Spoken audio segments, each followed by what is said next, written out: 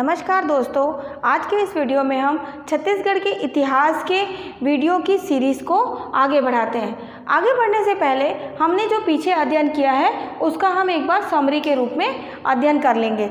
सबसे पहले हमने देखा था छत्तीसगढ़ के इतिहास का वर्गीकरण। छत्तीसगढ़ के इतिहास का वर्गीकरण हमने 3 भागों में किया था।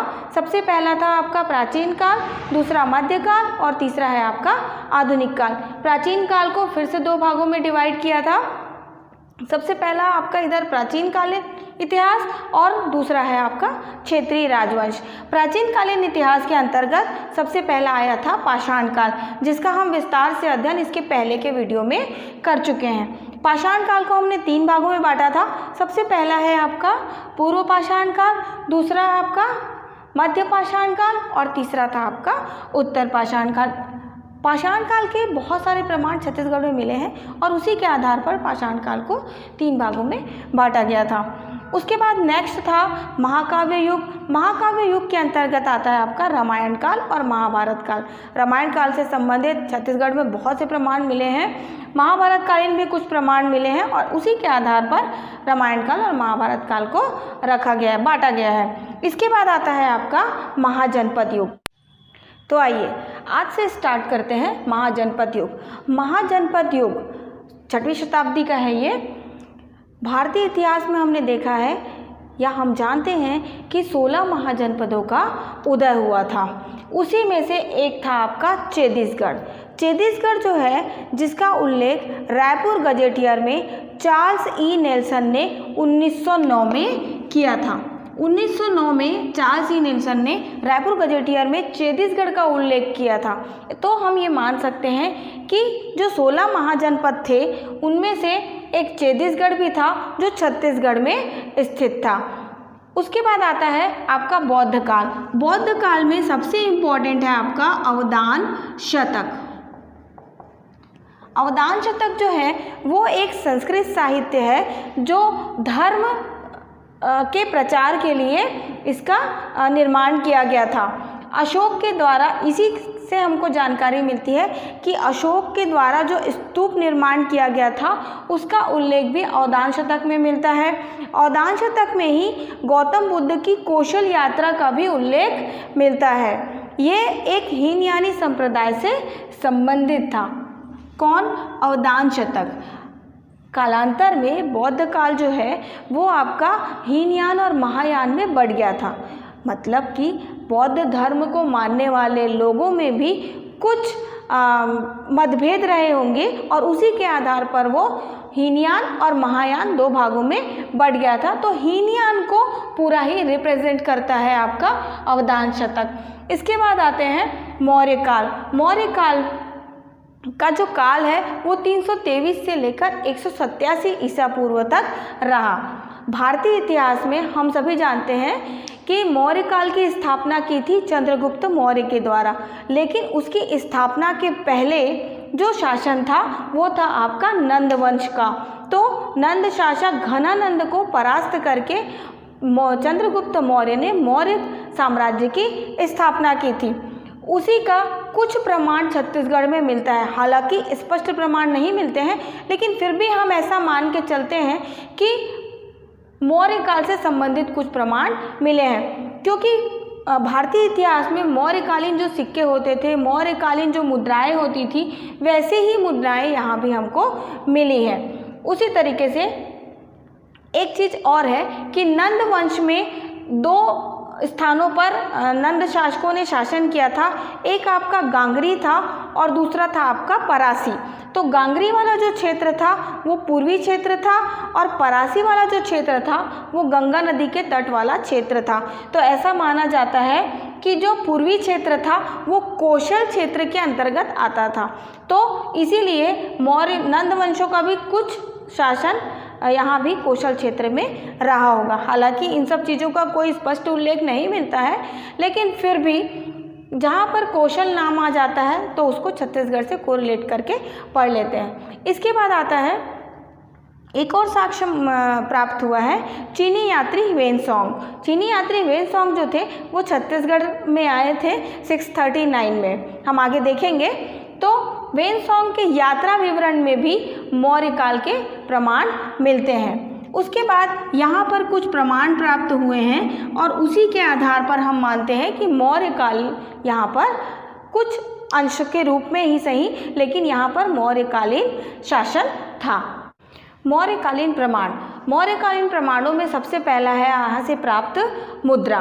तारापुर, आरंग और उड़ेला ये 3 स्थान हैं जहाँ पर से मुद्राएं प्राप्त हुई हैं, जिसके खोज करता है रमेंद्रनाथ मिश्र और जिसमें मयूर का अंकन होता था। मयूर मतलब मोर का अंकन होता था। वो जो सिक्के होते, ये जो मुद्राएं होती थी उसमें मोर बने हुए होते थे, ठीक है, जिसको इतिहासकार हीरालाल ने जिसको प्रमाणित किया है। तो यहाँ से मुद्रा मिली है जो तारापुर, आरंग और उड़ेला मुद्रा। उसके बाद यहाँ से कुछ सिक्के मिले हैं जो अकलतरा, ठठारी और बाढ़ से मिले हैं। अकलतरा जो है वो आपका जांजगीर क्षेत्र के अंतर्गत आता है और उसी तरह ठठारी और बाढ़ जो है वो आपका मुंगेली क्षेत्र के अंतर्गत आता है। इस तरह से यहाँ पर मुद्रा और सिक्के मिले हैं। मुद्रा और सिक्कों में अंतर, मुद्रा हम समझते हैं अर्थव्यवस्था की भाषा में मुद्रा मतलब हम रुपयों को ही लिया जाता है, तो सिक्के, सिक्के भी आखिर रुपये ही हुए। लेकिन मुद्रा मतलब कि उस समय मुद्रा वो होती थी जो आज के समय में हम उसको सील के आधार पर समझ सकते हैं। जो अथॉरिटी सील जो होती है किसी भी संस्था का, किसी भी स्कूल का, कॉलेज का, हर स्थान का, ऑफिस का सील होता है, उसी तरीके से जो सील होती थी वो मुद्रा कहलाती थी। और सिक्के जो होते थे वो आदान प्रदान के लिए होते थे। तो मुद्रा और सिक्कों में अंतर हम समझ चुके हैं। आगे देखते हैं। कुछ गुफाओं में भी मौर्यकालीन प्रमाण मिले हैं, जिसमें से मुख्य रूप से सीताबेंगरा है और जोगीमारा है। यहाँ पर मौर्य काल से संबंधित बहुत से ऐसे प्रमाण मिले हैं जिसके आधार पर हम ये कह सकते हैं कि सीताबेंगरा और जोगीमारा गुफा जो है वो मौर्य काल से रिलेटेड थे। तो सीताबेंगरा में सबसे पहला हमको मिलता है प्राचीनतम नाट्यशाला, जो नाट्यशाला भरत मुनि के नाट्य शास्त्र पर आधारित है।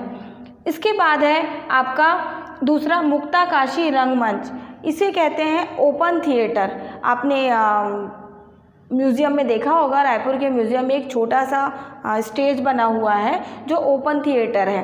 तो बिल्कुल उसी तरीके का मुक्ताकाशी रंगमंच, या ये कह सकते हैं कि विश्व का एकमात्र मुक्ताकाशी रंगमंच है। इसके बाद हमको सीताबेंगरा से ही मिलता है अशोक का 13वां अभिलेख और अशोक का 7वां अभिलेख। अशोक का 13वां अभिलेख जो है वो आपका कलिंग या धौली अभिलेख कहलाता है, और अशोक का 7वां अभिलेख है जो कौशाम्बी और रानी का अभिलेख कहलाता है। इन सभी चीज़ों को पुरातत्ववेत्ता कर्नल आउसले के द्वारा प्रमाणित किया गया है। तो जब पुरातत्ववेत्ताओं द्वारा प्रमाणित किया गया है तो हम ऐसा मानते हैं कि इन सारी चीज़ों का साक्ष्य हमको स्पष्ट रूप से मिला होगा, और उसी के आधार पर ये सीताबेंगरा जो है वो मौर्य काल से संबंधित दिखाई देता है। इसके बाद आते हैं जोगीमारा। जोगीमारा में जो है ये आपका, इसको वरुण मंदिर भी कहते हैं। यहाँ पर देवदीन और सुतनुका की प्रेम गाथा का वर्णन किया गया है, जो पाली भाषा में लिखा हुआ एकमात्र चित्र उल्लेखित है। महाकवि कालिदास की रचना है मेघदूत, जिसके नायक थे यक्ष, जो निर्वासित होकर यहीं रहते थे और यहीं से अपनी प्रेमिका को संदेश भेजा करते थे। इसके बाद यहाँ पर हमको नृत्य, दर्शक, दरबार, ऐसे अनेकों चित्र मिले हैं। इस तरह हम देखते हैं कि छत्तीसगढ़ में पूर्ण रूप से न सही लेकिन आंशिक रूप से कुछ प्रमाण मिलते हैं, और जिसके आधार पर हम ये कह सकते हैं कि मौर्य काल का कुछ अंश यहाँ पर स्थापित था।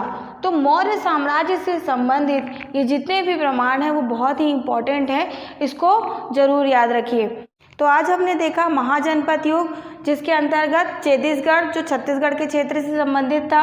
इसके बाद है आपका बौद्ध काल, अवधान शतक। इसके बाद आते हैं मौर्य काल। मौर्य काल के स्पष्ट प्रमाण नहीं मिलते हैं, लेकिन फिर भी यहाँ बहुत ही साक्ष्य मिले हैं। सबसे पहला आपका मुद्रा जो है आपका तारापुर, आरंग और उड़ेला, और सिक्के मिले हैं जो आपका अकलतरा, ठठारी और बाढ़ से मिले हैं। इसके बाद आते हैं कुछ गुफाएं मिली हैं, जिसमें से 2 इम्पॉर्टेंट है, सीता बेंगरा और जोगीमारा। हमने रामायण काल में सीता बेंगरा और जोगीमारा को पढ़ा है, जो रामगढ़ की पहाड़ियों में स्थित है। जहाँ पर सीता माता रुकी थी वो सीता बेंगरा, और जहाँ पर राम जी रुके थे वो जोगीमारा कहलाया था। यहाँ पर मौर्य काल में यहाँ पर सीता बेंगरा में एक प्राचीनतम नाट्यशाला है।